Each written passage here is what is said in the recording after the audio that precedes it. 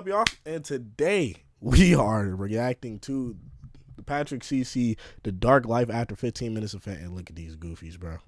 Look at these goofies. But anyway, bro, lock me into the react, bro. It's not much to say, bro. Oh, if you want to see the reacts live, bro, follow me on Twitch, twitch.tv/Brando or whatever. Socials all in the description.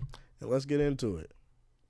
All right, Pat, what we got? Whether they wanted to be famous or it happened by accident, these viral stars went from regular people to having millions of followers overnight. Damn, however, the quicker the 50 rise, mil? the sharper the fall. And today we are going to discuss how these people used their 15 minutes of fame and how nearly all of them ended in disaster, starting with the Backpack Kid, who is a perfect example of making all of the wrong decisions during a brief stint in popularity. Before TikTok became the go-to app to share mediocre dance moves to a global audience, 16-year-old Russell Horning was bored, uploading dance videos to Instagram with zero expectations. Initially, his signature dance style was funny. His core was stiff, his lanky arms just kind of flailed around while he stared emotionless into the camera. Additionally, he often wore goofy outfits and chose to dance to silly songs.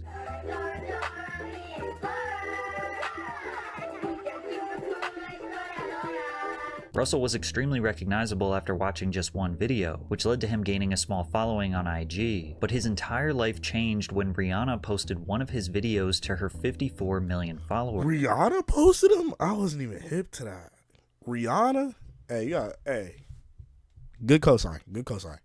She tagged Russell in a post celebrating her Grammy nominations, and he gained over 40,000 followers in one day. To capitalize on the momentum, Russell pumped out as many dance videos as he could, skyrocketing him up to over 500,000 followers. There was one particular dance, called the Floss, that seemed to get him the most views, with many people falsely crediting him as the inventor of the move. However, his videos were not getting shared because he was an excellent dancer, but rather because he was a meme. Whenever he did collaborate with other dancers, he was often seen as the weakest one. Despite this, opportunities were being thrown his way because of his follower count, like when Katy Perry personally requested that he dance for her Saturday Night Live performance in May of 2017. Russell absolutely stole the show, flossing aggressively while staring deadpan into the souls of millions of live viewers.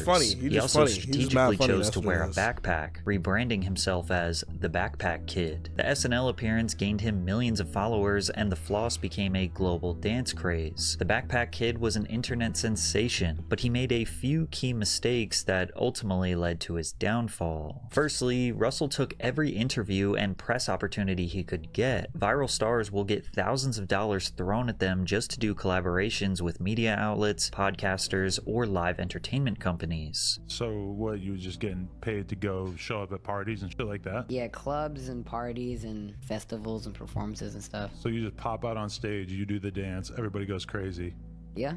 That's pretty much how it goes. Yeah.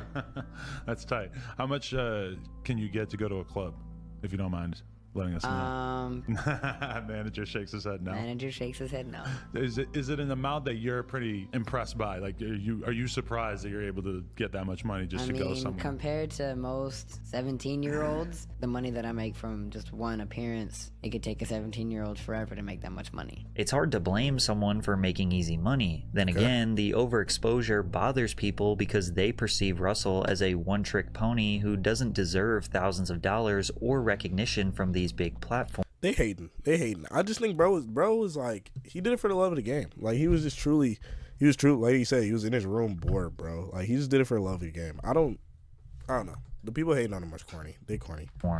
Remember before the internet when you actually had to do something to get famous? But then reasonable criticism turned into straight up hatred. He looks like one of those inflatable aliens you win at an amusement park. This kid man-child thing scares me. Since he became famous for literally one thing, he had to branch out and try to find other ways to entertain his audience. So he decided to pursue music, releasing one of the worst songs of all time, Flossing. Although Russell claimed that he was passionate about music, his songs felt like someone who was barely trying or maybe even just joking, rather than a serious artistic endeavor. Virality made Russell feel pressured to just keep doing what is paying the bills, so he resorted back to his one dance move, which ultimately led to a situation where he tried to perform on a stage that he was not wanted on.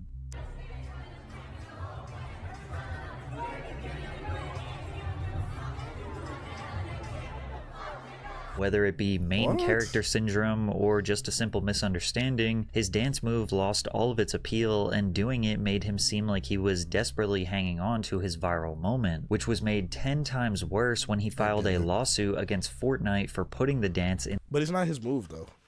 It's not his move, though. He just popularized it. He didn't make the move. So him... Yeah, nah, he got that. He just popularized it. He never made the move. In their games. It was really my mom and my management that did the lawsuit. I'm kind of just a kid having fun in life. I'm just letting the adults do all the busy work. I don't really know the law like that, so I can't really say if they're like taking advantage of me or anything like that. But like from a mom standpoint, like a manager standpoint, they think that they're taking advantage of me. A couple days after the lawsuit was filed, videos dating as far back as 2011 were resurfaced showing people who were doing the dance long before the Backpack Kid. Simply put, he did not own the dance, and many viewed it as one final attempt to cash in on his fading relevance. Unsurprisingly, Russell and his team voluntarily dismissed their lawsuit shortly after. The Backpack Kid's 15 minutes of fame were officially over, and despite being hated by the masses and falling off to the point where he receives less than 1,000 views per video, these days, Russell actually seems happier than when he was at his peak. He is pursuing music more seriously and remains dedicated to pushing out a positive message to the world. He has a passion. I started having a more mature mindset on money. I realized that it's important to choose good decisions on how to spend your money.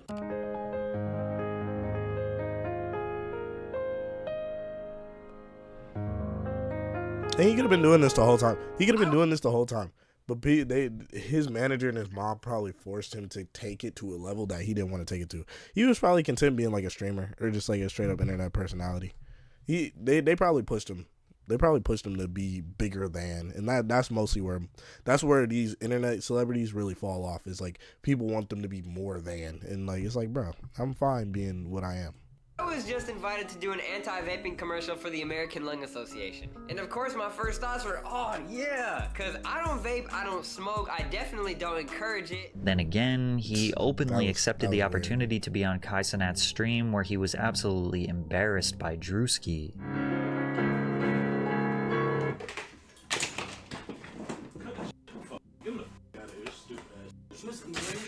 Sure, this was just a skit, but Russell was the butt of the joke once again. Becoming a viral star at age 16 I get it, is but like, definitely I don't know, difficult Drewski, to bro, manage. Maybe you gotta he know was this just for the young bit, and and they misguided. also Drewski is one However, of the those same people you gotta make fun of justification him cannot back, be dude. made for Salt You gotta make Bae, fun of who him is a back. grown man that should have known better than to be acting like a fool. In Salt Bae was like, I don't know what he did, but niggas was saying he was my fault. Trying not to say certain things, you know. TikTok got me in a hole, bro, and we need the clips to keep this train going. But what was I saying? But they said he was wilding though. They said Salt Bae was wilding, big dog. 2017, a video of Turkish chef Nusret Göçe went viral of him dramatically slicing steak, then sprinkling salt from his fingertips down his forearm and onto the meat. What made this so ridiculous was his dedication to making salt sprinkling look like some sort of fancy artistic technique. Combine that with his handsome Johnny Depp resemblance, and the internet gave him the nickname Salt Bae. Salt Bae didn't just embrace the meme, he became it. He continued posting obnoxious videos of him caressing raw meat, dancing with raw meat, and of course his signature salting. He was shouted out by celebrities like Leonardo DiCaprio, Drake, and even cooked for the King of Jordan. The internet fame didn't just gain him followers, it launched his career as a global restaurant owner. He launched and expanded his Nusret Steakhouse empire to over 20. Let's see what he got here. Damn, he's around the world. I wasn't even hip to that. New York, Midtown, Miami, Beverly Hills, London. He got some motion. What? Dubai, Abu Dhabi? Locations worldwide, racking up tens of millions of dollars in revenue. However, with more exposure comes more criticism. Many began to wonder if he was actually this mystical, passionate culinary artist, or just another guy trying to cash in on some fame. One major critique was the outrageous prices at his restaurants that had patrons feeling... This is OD. $5,000. 3 golden steak. First off, why are you getting 3 golden 11 golden baklava? Actually, I'm not gonna lie, 11 golden baklava, you got exactly what the fuck you paid for. You got exactly what you paid for. You got exactly what, I'm not gonna lie, I guess I can't even be mad at this. I did see people talking about this. Like it's outright. Okay, wait, he might got me right here. $50 for some French fries.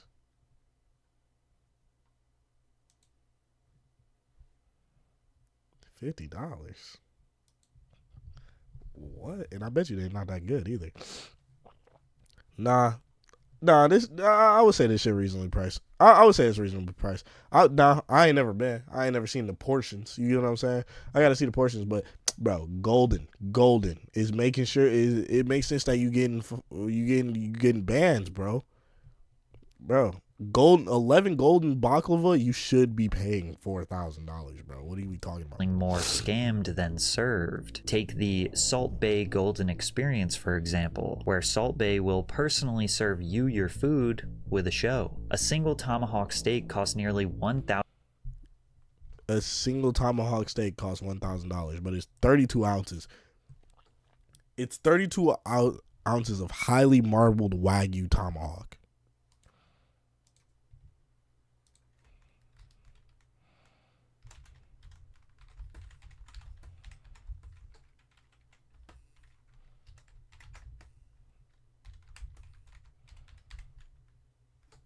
I just want to see.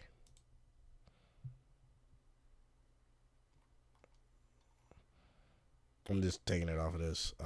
255, 319, 234. See, you get what I'm saying? And this is highly marble. He probably got the best quality. And then it's in 24 karat gold.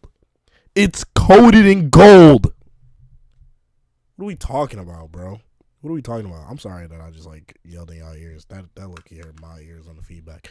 But yeah, no, it's coated in gold, bro. Like lock in.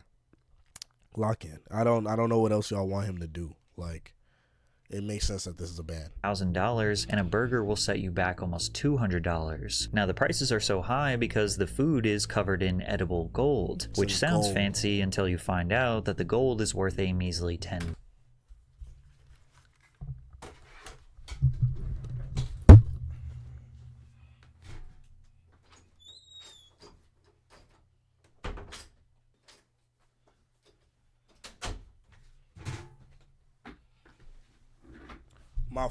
My fault. I had to see myself out on that one. Damn, bro. Damn, Brando. I tried to give bro the benefit of the doubt, bro. $10 is all it is? You making me look like a... I can't defend you, bro. I can't defend you. Then again, rich people blowing insane amounts of money on dumb things isn't exactly shocking. If anything, it fits his brand perfectly. This is the guy who made something as simple as sprinkling salt look like Michelangelo chiseling the final details onto David. However, the real reason people turned on Salt Bay was much more embarrassing. That's an immaculate looking burger, though. You can't look me in my face and tell me that burger don't look good as fuck. Oh my god. That's a good looking burger. Than a $200 burger. At the 2022 World Cup, after Argentina defeated France, Salt Bay somehow ended up on the pitch celebrating the victory with the team. How did he even get there? Cameras caught him pulling on Messi's arm, practically forcing him into a handshake. Messi, the greatest football player of all time, clearly was just wanting to move forward, but Salt Bay would not let go. Messi finally gave in and shook his hand just to get it over with, but Salt Bay held on tight and pulled him into a photo. You can see it all over Messi's face that he had no idea who this guy was or why he was even there. It was clear Salt Bay was trying to steal this big moment for himself, but it gets worse. He grabbed the World Cup trophy like he won the damn thing and even did his signature salt sprinkling move over it. As if that wasn't cringy enough, he was posing for pictures with players with their medal. Biting another man's medal is crazy. Biting another man's medal is crazy. Yeah, nah, that biting another man's medal is insane. Ooh, it's looking steep for you, my boy. metal in his mouth. These players dreamed and worked their whole lives for this once-in-a-lifetime moment, only for some clout chaser to steal some publicity to promote his overpriced stakes. He responded to the backlash with an apology, claiming he didn't step on the pitch for advertising reasons, but the damage was already done, and Salt Bay's 15 minutes of fame were over. Salt Bay has shut down multiple restaurants after the hype has died down. Many of his remaining locations are drowning in poor reviews, and his London restaurant is down 4.3 million euros.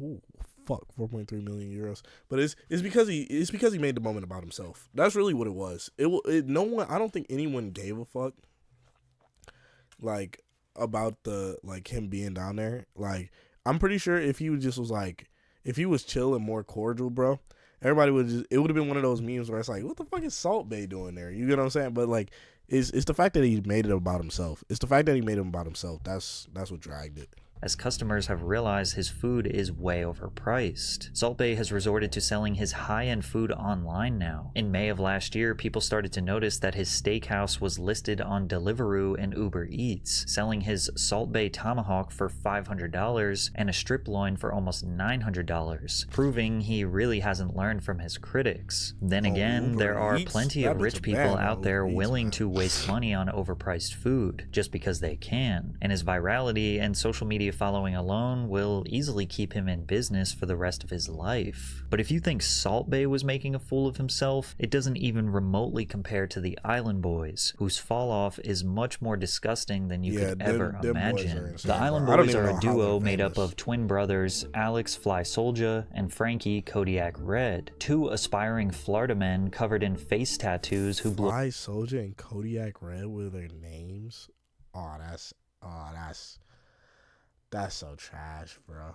That's so trash, bro. Up overnight in 2021 after they posted a TikTok video of them freestyling in a hot tub. Oh, I'm an island boy. I'm a just island boy.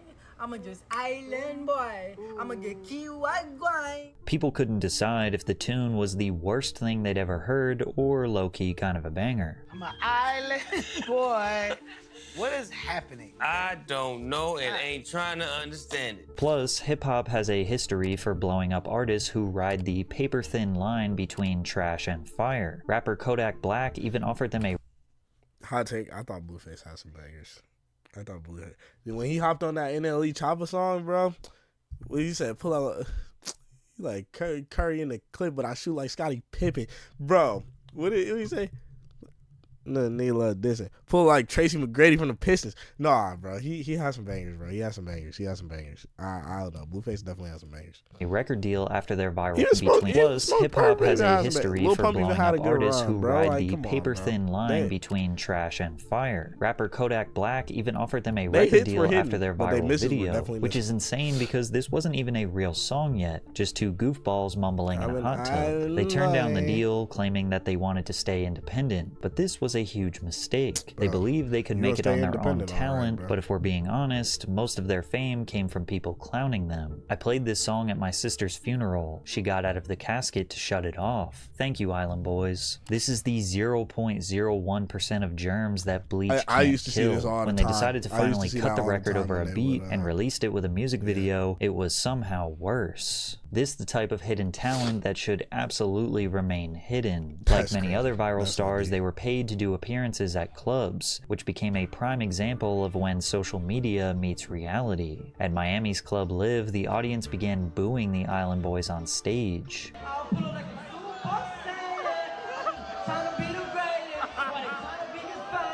Once music fans realized the Island Boys had no capability of making a somewhat decent song, there was really no reason to pay attention to them, and their 15 minutes of fame was about to be up. The boys needed a new way to profit from their fame, so they began selling personalized videos to fans on Cameo. No, I'm not even mad at this. I'm not. This makes sense. Like, they could go content creation, bro. Like, as long as you pivot to something that you're actually good at, bro, it's just they be doing weird stuff, bro, like clip farming. Apparently, it was very lucrative, according to their previous manager. They owe me about like $150,000. From what? Your percentage of the Cameo money? Yeah. Is that the only money they're bringing in? Mostly, maybe a little bit on TikTok, but I mean, it's pretty much run dry at this point. Right.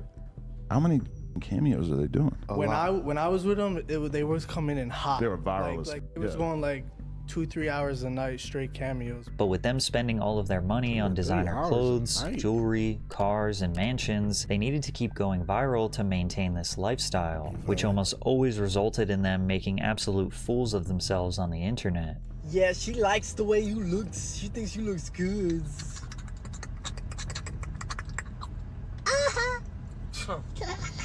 They also might have needed some money to hire security because the gangster persona was not convincing enough.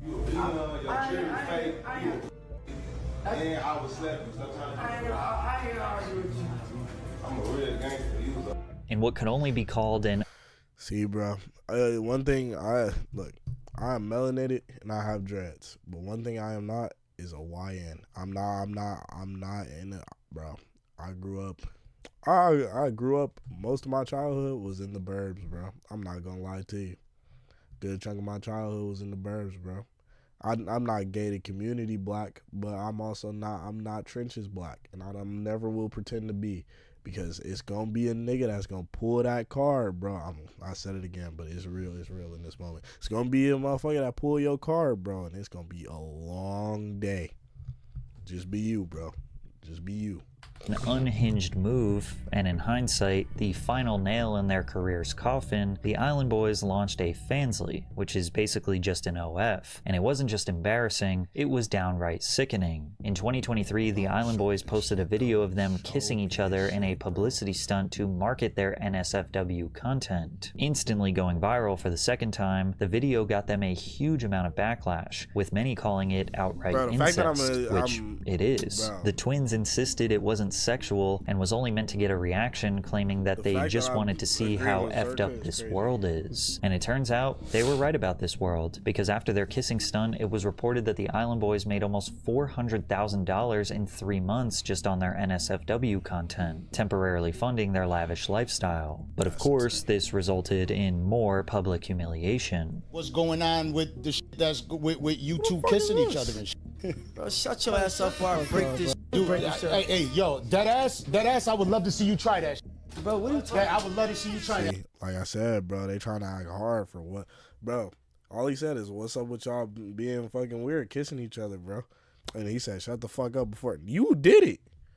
What are you mad about? You're the one that did it, bro. And then you posted it to the internet. You did this to yourself. Bro, what? I would love to. I'd be lying if I said they fist wasn't hard, though.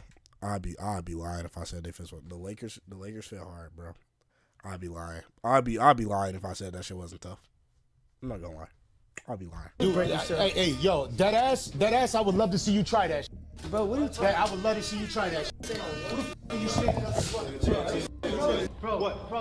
Oh my God! The desperate attempts to remain in the spotlight, combined with a severe lack of talent and expensive lifestyle, has led to incredibly lows for the Island Boys. Kodiak Red was arrested for drug possession and an illegal firearm during a traffic stop. During the stop, a plastic bag containing white pills was found on the passenger side floorboard in plain view. The pills were identified as oxycodone. A further search of the vehicle uncovered a brown handbag containing a handgun with its serial numbers removed, along with a cut straw with a white powdery substance. These days, they pretty much spend all of their time promoting their NSFW content, and trust me when I say they went much further than just kissing each other. And if we're being honest, this will likely remain a consistent income stream for them, as there are definitely still a ton of people out there that are willing to pay to see this type of degeneracy. But unlike the Island Boys, sometimes we actually find ourselves rooting for a viral star. We hope that they become successful after their 15 minutes are up, like the case of Mason Ramsey, who became a breakout star when a video went viral of him yodeling in the middle of Walmart in Harrisburg, Illinois.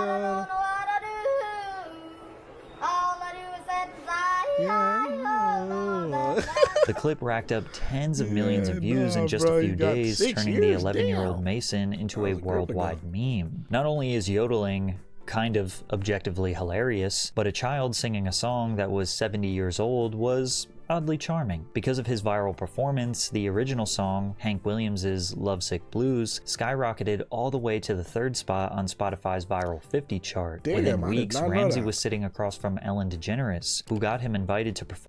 I can't, bro. If I ever blow up, bro, I don't think I can ever go on Ellen. I don't think I can ever go on Ellen. I just don't have the respect for her like that I think I should, bro. And I don't know this lady personally at all. But the stuff that has come out and the shit that she's been part of, bro, I don't think I can do it. Perform at the legendary Grand Ole Opry. From there, he was embraced by thousands of fans while performing at Coachella.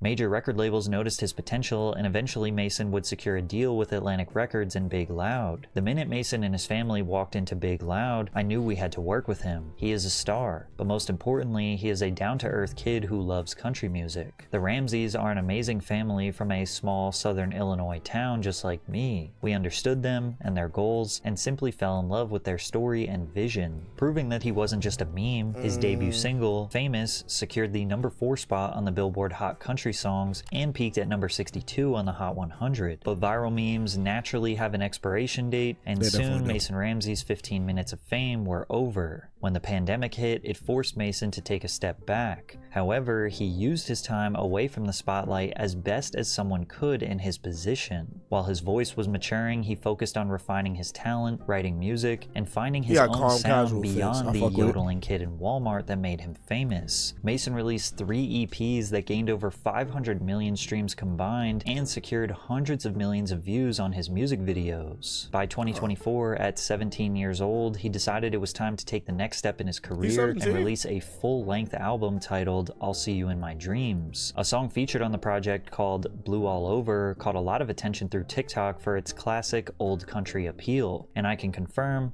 it is a beautiful song. Now in 2025, Mason Ramsey recently announced his first major headlining tour that has 15 stops. Mason's rise to fame started almost exactly the same as everyone else in this video, but instead of trying to chase more fleeting viral moments or make some quick cash, he honed in on his craft, worked hard, and simply gave the people exactly what they wanted: genuine talent and entertainment. This was one of the few times social media made the right person famous. The only viral kid that didn't switch up after the fame. So while Mason worked hard and focused on genuine entertainment, Bobby Althoff seems to ignore both of those things. As many people are genuinely confused how someone who has done so little has achieved so much success. Bobby Althoff started as a mommy TikToker after the pandemic, posting about her pregnancy, marriage, and family dynamics. After posting thousands of videos over a couple of years, she had built up a respectable 3 million followers. However, TikTok wasn't paying the bills, and her marriage wasn't doing too well, so the wholesome family content was about to come to a screeching halt. She said, "I saw this video of a girl talking about how much she made from her podcast, and I think I mentally decided that she made at least $300,000 a year on her podcast alone, and I was like, that's what I need to do next."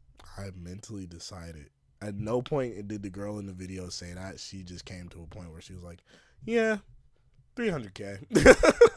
300K. I need a podcast. Her large following helped her land her first celebrity guest, Rick Glassman, who is a comedian and actor. And in the first podcast, fans got to see Bobby in a totally new light. She was seemingly a socially awkward valley girl, giving off the vibe that she didn't even want to host her own podcast. The way your eyes are looking, it seems like you're not listening. I'm listening.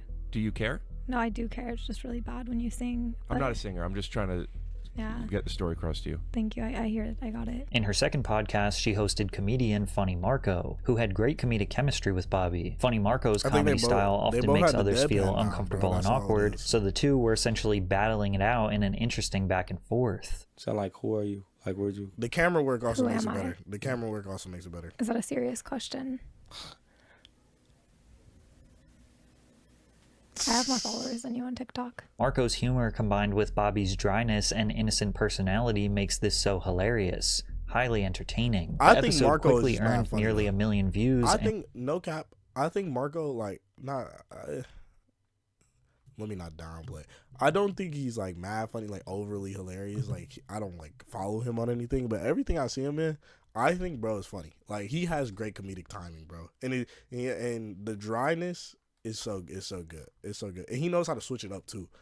Marco W internet personality. Bro's always been cool. And clips of it made the rounds on social media. The mini virality caught the attention of Drake, who followed Bobby on Instagram. I DM'd Drake and asked if he wanted to be on my podcast, and he said yes. He sent me his touring schedule, and I knew that I needed to make it happen fast. So my friend and I flew to Memphis 2 days after the original DM was sent to record the episode. Her podcast with Drake earned 1 million views in the first 24 hours and introduced her to a massive mainstream audience. Drake rarely does interviews, so this one, alongside some random girl while laying in his bed, made people extremely curious. Am I your type? I'd do it. Dickhead. Thank you. Dickhead response. I'm just saying, like, you know. I flew all the way here You did. I really do appreciate on my that. daughter's first birthday. Which I crazy wasn't gonna bring that bar. up. Yeah, she did not need to say that. You missed your daughter's first birthday for To this. be here. Dark. Horrible. Regret that you'll never be able to undo. Yeah. Horrible parenting. Man. Where's your son? Somewhere safe, and it's not his birthday. When's his birthday? Dog, that killed me, bro. That clip gets me every time, bro. He said, "Where's your son?" It's somewhere safe, and it's not his birthday. W Drake for that one. W Drake for that one, bro. W Drake for that one. What does it matter? It ain't today, honey. Clips of their awkward Honey was interactions crazy. I'm not gonna flooded lie, I've never seen TikTok, that and part. overnight, Bobby Altoff became a household name on social media. After the Drake episode, securing high-profile guests became easy. She interviewed had on Yachty? Lil Yachty, Tyga, and even Mark I know Cuban. that one, I Her know style that of bored, sarcastic humor became her signature, and people seemed to love Man, it. shout out But Mark just Cuban. 3 weeks after the Drake interview was posted, which now had over 10 million views, it was mysteriously deleted from her page, and he unfollowed her on Instagram, sparking a ton of speculation. While fans were trying to figure out what happened, people were reminded that Bobby skipped her daughter's first birthday to interview Drake, which didn't seem to sit right with people, especially because Bobby used to be a mom-focused TikToker. When Drake calls you a horrible parent, you know you effed up. Rumors also spread that Bobby slept with Drake and Drake divorced not her the husband greatest- just to do the Drake not the interview, greatest which she fucking character vehemently either. denied. But it is true that she divorced her husband, but the reason her and Drake's relationship soured was never revealed. So many people came to the conclusion that she was nothing more than an industry plant, basically meaning that she didn't organically No cap, she earn her definitely was. virality, but rather she was handpicked by people behind the scenes and artificially pushed into the spotlight, using Drake's fame as the catalyst. The main piece of evidence for this theory was that she signed to the WME Talent Agency, one of the biggest talent agencies in the United States, representing a ton of Hollywood figures, including Drake. Well, you got a great agent, and you got a great agency, and you got great guests. Regardless if the rumors were true or not, it gave even more of a reason to dislike Bobby, and her comedic style got old very quickly. Listening to her uninterested voice is like nails on a chalkboard, and while most of her interviews she is the one driving the conversation, there were frequent moments where celebrities got tired of her. Hey, never watched this interview. Love the clips from it. He clocked her ass. He was clocking her ass. Shout out Offset, man. Shout out Offset, her man. shtick mid-conversation and turn the tables on her. Damn, I'm trying to get you to play. You lost in the sauce. You ain't shaking my hand. We finna get you to 25 million. You know what I'm saying? Just a little Have sprinkle a great day, of seasoning. Offset. Just a little seasoning. All right, you can leave now. This is my hotel. I paid for this motherfucker. You can leave now. All of her podcasts feel like small got talk her, while bro. He waiting was for something digging. to actually happen. It's just simply boring. Ironically, her revealing that she was just playing a character actually became worse for her, because the little mystique she did have was now completely gone. In an interview on the Women on Top podcast, she explained why she embodies a satirical alter ego on social media, saying, "Being myself doesn't get views. I had to go where the money was." And her playing the character of someone who is bored and uninterested is just not a sustainable style for long-term success. Awkward and cringe humor can work, but in short clips, not hour-long podcasts. In response to the backlash, she tried to just be more herself, not trying to be so awkward, and even remove the dead air moments from the pod. But all that is you gotta switch it up. You gotta switch it up. Cause like I feel like and I'm not gonna say like me and the homies over here are masters in comedy or nothing, because we're not. But like we even had moments where like we know it would be so much better if we didn't say anything or if we made it awkward. You get what I'm saying? And that's not just who we are. It's just like the comedic timing gets like put in. You just go, you feel me?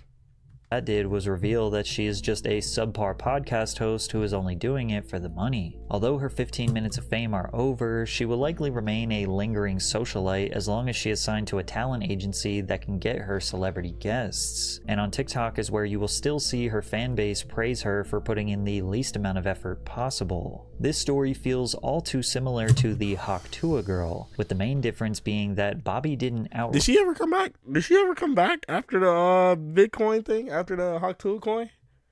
I don't think she ever came back.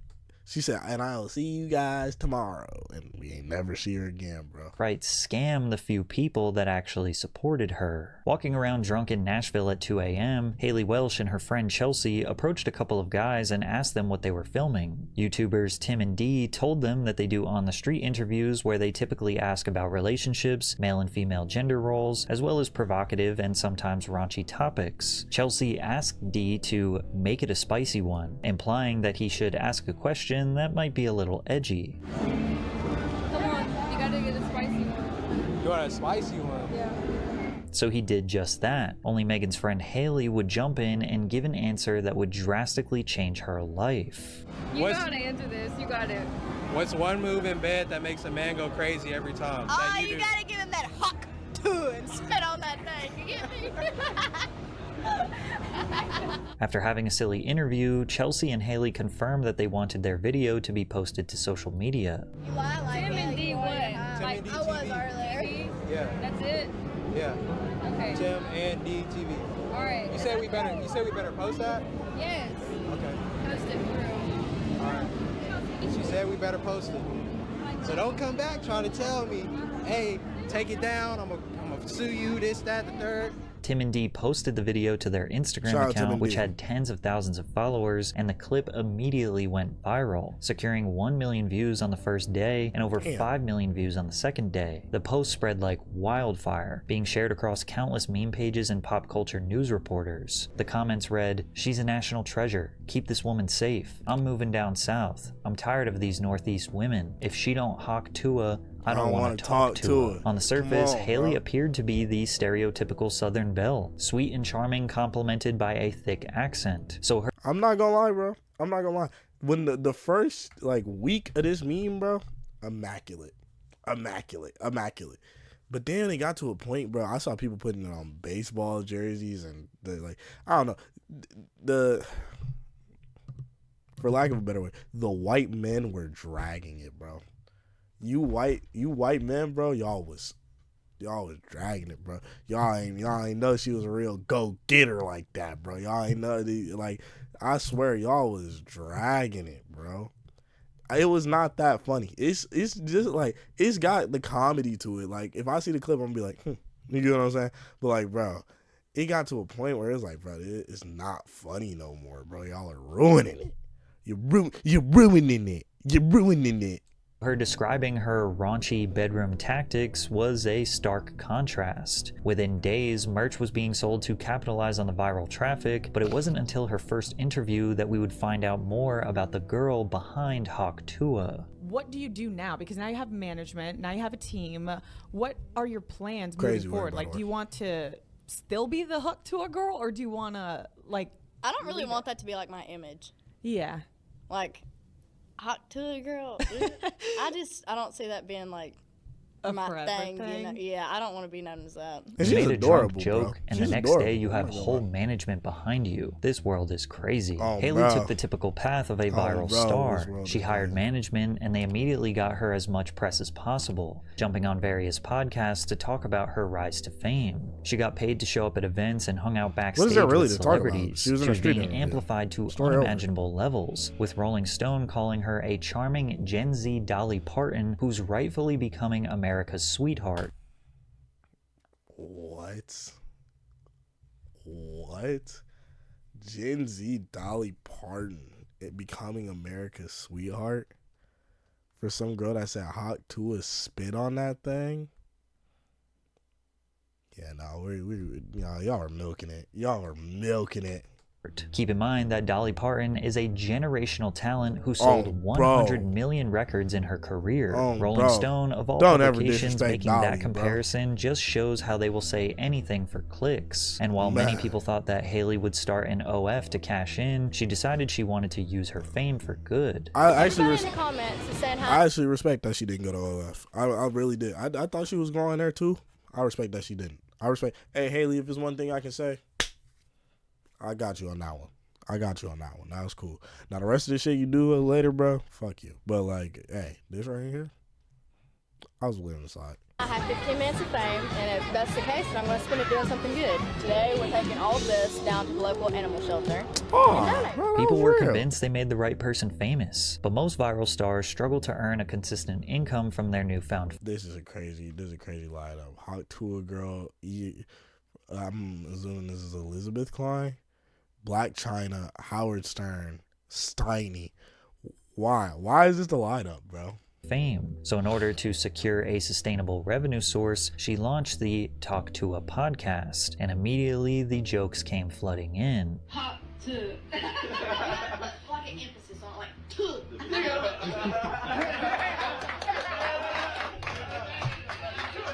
No, they killed Once me. the whole "I'm just a normal girl whose life changed overnight" story ran its course, she tried to keep viewers engaged by dropping hints that she had a secret lover that she called Pookie, but it just wasn't interesting enough to get people to watch. Shout out Pookie. Can we go back to what you said? You're dating somebody? Do people know this? Well, I wouldn't say dating just yet. Did she say it in the original video? Shut the heck up. That's my man. No, it is. That is my man. Officially. What if Matt Rife came in and asked you to date him? Would he be your ex-man? Oh, shit. You're putting me on the spot here. I'm sorry. I love you, Matt, but I'm going to kick your ass to the curb. Her comment section was flooded with people sarcastically saying that the podcast was groundbreaking and changed their life. I'm convinced that the only reason why this podcast had decent viewership is because of the massive amount of jokes dedicated to making fun of watching the Talk to a podcast. But perhaps people were being a bit harsh on Hailey. Sure, she may have been milking her 15 minutes of fame, but can you blame her? If people wanted to watch hours of her podcast and get to know her, then so be it. I'm It's not like she was mad at harming the people that anyone, was right? Wrong, because Hailey would make a decision that would officially destroy her career. On December 4th, 2024, in collaboration with the Web3 platform Over Here Limited, Hailey launched her own meme coin called Hawk. The coin was marketed as a revolutionary cryptocurrency project. Within 15 minutes of its launch, it hit a $490 million market cap, but then crashed. It was revealed that 97% of the total supply was initially controlled by just 10 people, leaving only 3% for public buyers. A total of And all I gotta say is, bro, where are you financially that you can throw money into Hawk to a coin? Because all I gotta say is, if you have that much money, twitch.tv/Brando or whatever, you're gonna follow, and then you're gonna hit the sub, and then you're gonna gift every single nigga that fucking follows me a sub. Since you got it like that, bro. 285 investors took part in the pre-sale, but once trading opened, 30% of them immediately dumped their entire holdings, while another 23% offloaded a portion. This sell-off tanked the token's value by over 90%, while the sellers walked away with an estimated $3 million. After this, Hailey posted a statement on Twitter insisting that the team never sold the tokens. Many accused her of rug pulling, which is basically a coordinated sell-off from a small group of investors to make profits while the public loses their entire investment. In short, this was not a revolutionary cryptocurrency project. This was a way to make a quick buck off of her uneducated fans. YouTuber CoffeeZilla investigated and exposed the coin as a scam. And if you got CoffeeZilla after you, bro, it's Someone over. just made over $1 million on fees. Who made it? First of all, the fees were there with Meteora Pools, and that goes to, yes, the creator, right? Who is the project? Well, the project is over here, Hailey Welch, right? And how much does Hailey Welch own? This is Hailey Welch's project. So she owns all of it. Did she just make $1 million on fees on a rug? Who made the money? How much did Hailey Welch make of that million? 1.8 million? It's a foundation. Hey guys, I hate to interrupt you, Nick. Hello there. But anywho, I'm gonna go to bed. and I'll see you guys tomorrow. Multiple lawsuits never were filed seen her against the again, entities bro. behind Hawk, including Over Here Limited and the Two of the Moon Foundation. These lawsuits alleged unlawful promotion and sale of unregistered securities. Welsh received an upfront payment of $125,000 to promote the coin to her community, along with 50% of the net trading proceeds after the operating costs paid to the third parties. And she owned 10% of the entire Hawk supply, although she could not sell them for a year. Now, it is possible that Haley did not know what she was getting into, but ignorance is no excuse for breaking the law. Her 15 minutes of fame are most definitely over, but since her meme coin, she has disappeared from social media, so we'll have to see what she does next. In a world filled with amazing talent, interesting and intelligent people who work hard for the attention of those that can make their dreams a reality, it seems like the wrong people are constantly achieving overnight success, and that's never going to change. So eventually, there will be a part 2 of this video. Welcome back to the... Thanks, Pat. Alright. But anyway, bro, that is the end of this video, bro. I'm glad that y'all enjoyed it, watched it with me, bro. If you want more reactions, bro, there's probably more videos already up, bro. They'll probably pop up over here or whatever. If you want to see them live, again, twitch.tv/Brando or whatever. All the socials are in the description, and I'll see y'all next time. Under the sun where I have fun. Why take your life? It's just begun. Under the clouds today. Done with your lies. No, I'm not done. No more being nice. Oh, I'm so done.